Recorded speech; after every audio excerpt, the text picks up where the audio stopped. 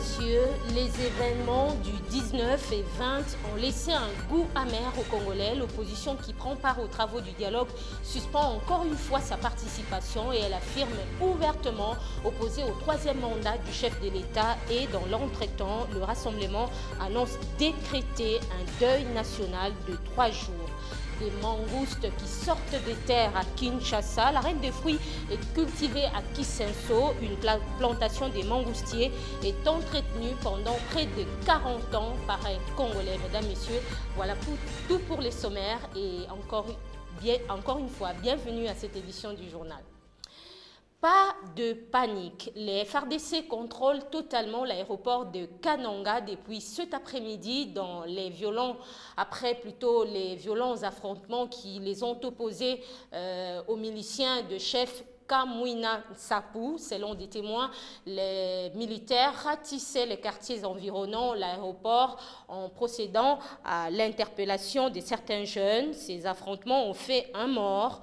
La victime serait une employée d'une compagnie aérienne congolaise. Elle aurait été lynchée par des miliciens aux abords de l'aéroport alors qu'elle fouillait avec ses collègues. Les mêmes sources font également état des dégâts matériels importants. Le Rassemblement a déposé sa plainte contre certaines autorités civiles du pays et d'autres cadres de la majorité présidentielle au parquet général de la République. Dans une déclaration faite ce vendredi, la plateforme politique décrète 3 jours de deuil national. Deuil pour elle en mémoire des victimes des événements du lundi et mardi dernier à Kinshasa. Et puis ces 3 jours de deuil devront, selon le Rassemblement, débuter ce samedi, donc demain samedi. Pas de travaux proprement dit ce vendredi à la Cité de l'Union africaine, sauf une communication du facilitateur Edem Kodjo. Le diplomate togolais estime que le dialogue tend vers sa fin, mais qu'il faut atterrir en douceur. Il y a des consultations qui se poursuivent pour un document final consensuel. Les travaux vont reprendre après les consultations. La composante opposition et la SENCO n'ont pas pris part à cette plénière. Félix Ilunga et Eric Ndongala. Le train du dialogue politique patine et chancelle. Après le report de 48 heures en mémoire des victimes de la tragédie de lundi et mardi, la plénière de travaux des conclusions vient de connaître un nouveau report. Le facilitateur consulte. Des consultations qui ne devraient pas durer longtemps ont pour finalité d'obtenir un document consensuel. Parce que nous sommes en train d'atterrir, il faut que nous atterrissions en douceur. Et il est évident que pour cela, des contacts sont nécessaires et des discussions entre groupes sont nécessaires. Mais je suis persuadé qu'elles ne dureront pas beaucoup trop longtemps pour que nous ayons un document consensuel sur lequel nous n'aurons plus qu'à apposer nos signatures. C'est ce que j'avais l'intention de vous dire en vous promettant que le plus tôt possible, nous reprendrons nos discussions pour conclure. La facilitation a remis aux délégués un projet de l'accord final pour imprégnation du document. L'annonce de la reprise des travaux se fera à la fin de consultations en cours sans précision du jour.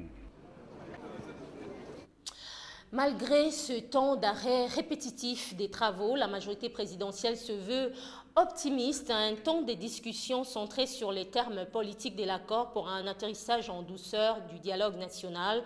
L'opposition justifie ce report par 2 raisons, notamment le recueillement en mémoire des victimes du 19 et 20 septembre dernier. Et pour en savoir un peu plus sur la durée de la transition, Félix Ilunga et Eric Ndongala.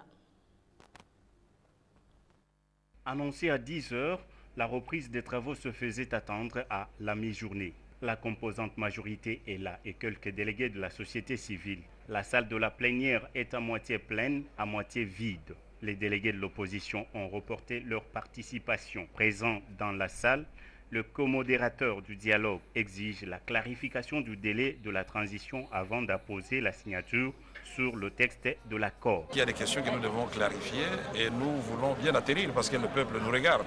Il y a d'abord les funérailles, les gens qui sont morts. Nous devons garder quand même une pensée pièce par rapport à ces vies humaines qui ont été fauchées. Et puis, secondo, vous savez très bien qu'il y a des questions que si elles sont réglées, l'accord va être signé. Comme quoi? Il s'agit de la durée de la transition qui doit correspondre aux attentes du peuple congolais. C'est-à-dire que cette durée doit être le temps nécessaire pour organiser les élections et essentiellement l'élection présidentielle. Il s'agit de l'alternance au pouvoir. Nous devons être tous rassurés car ici, de cette période, nous aurons un nouveau président qui va faire la remise de prise avec le président sortant. Je suis en train de parler des choses que je maîtrise. Et la CENCO et nous, l'opposition, nous sommes en train de travailler avec la CENI pour comprimer, pour faire la complétion de la période qui avait été proposée le plus possible. C'est la technique, on ne peut pas tricher avec la technique. La majorité, elle, se veut optimiste pour l'atterrissage en douceur de ces assises. Je pense qu'il faut être optimiste.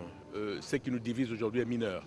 Je crois qu'après les discussions qu'on a eues pendant ces 48 heures, je peux vous dire que ces 2 jours qui nous restent vont encore une fois renforcer notre détermination à conclure un accord. Et surtout que maintenant, le travail nous est facilité par le draft préparé par le facilitateur.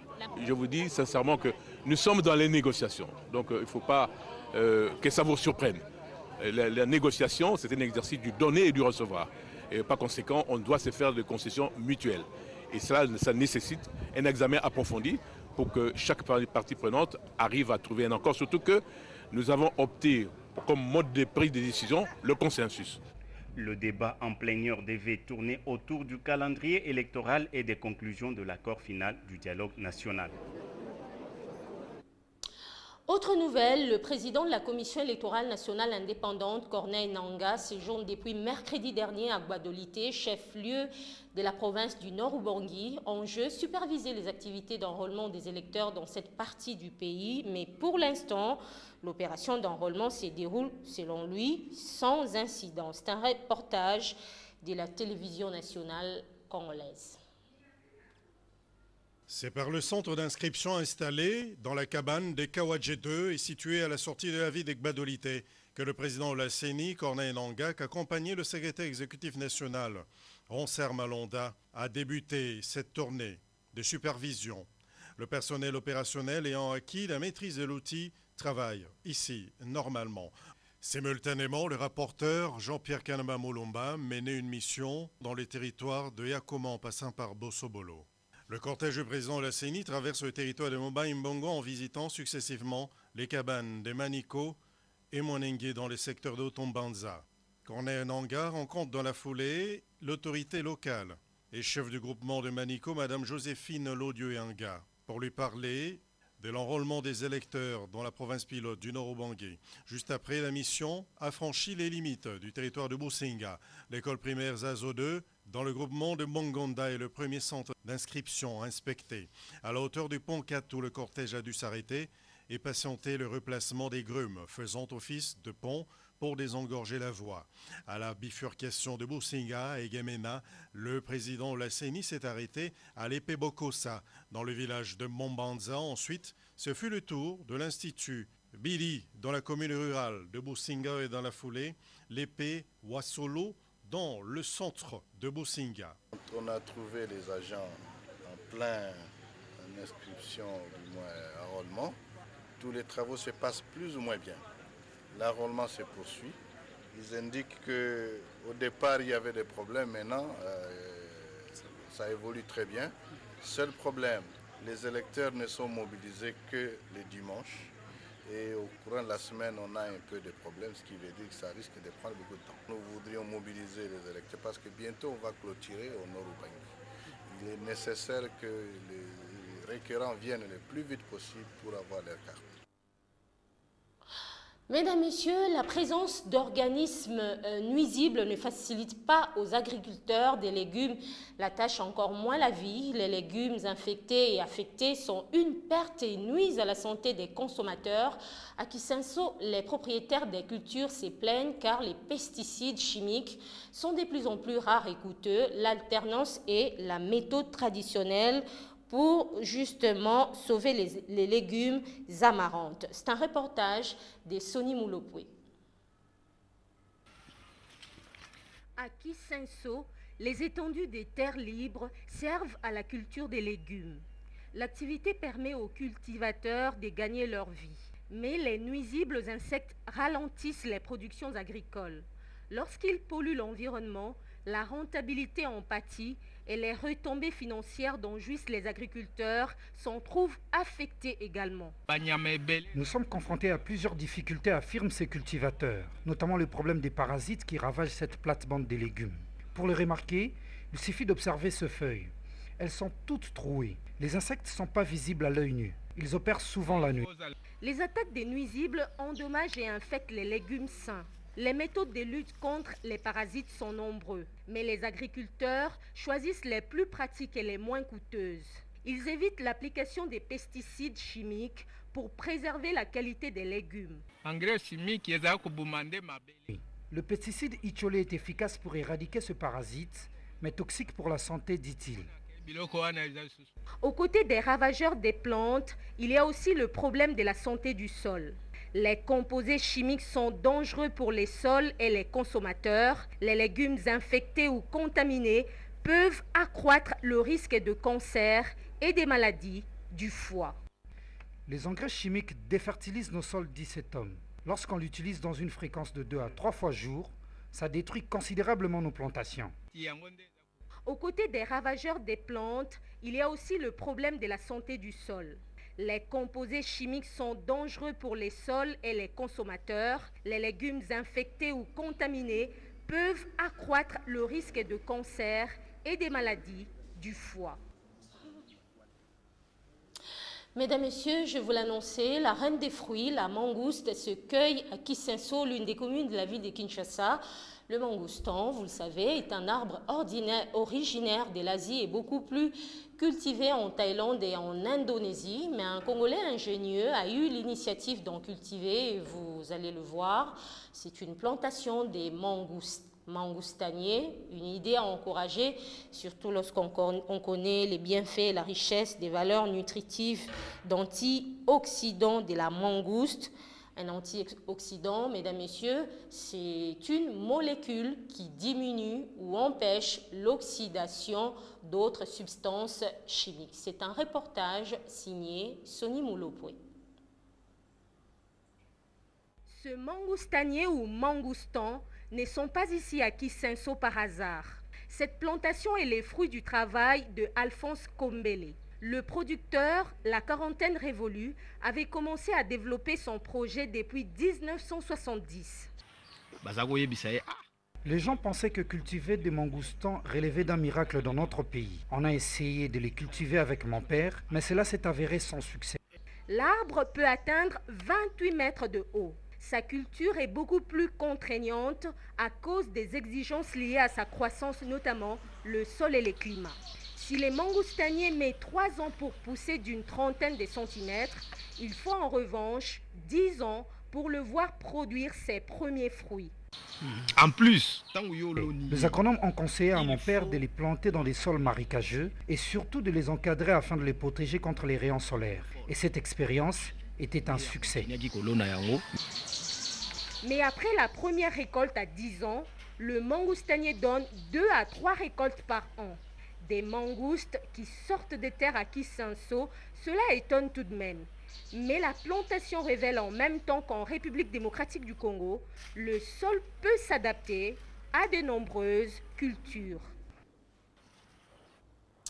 Hors de nos frontières, le Maroc demande officiellement à rejoindre l'Union africaine. C'est ce qu'indique un communiqué de cette organisation. Le royaume chérifien a informé la présidente de la commission de l'Union africaine sur sa démarche. C'était au cours d'une rencontre bilatérale en marge de l'Assemblée générale de l'ONU. Une lettre d'intention, en tout cas, a été remise à Dlamini Zuma et déposée en même temps à Addis Abeba, siège de cette organisation ou de l'Union africaine. Mesdames, Messieurs, nous allons lire la presse. Les journaux parus ce vendredi dans la capitale sont une sélection des Tapiloutounou et un commentaire de Hermione Anvou. Revue de presse.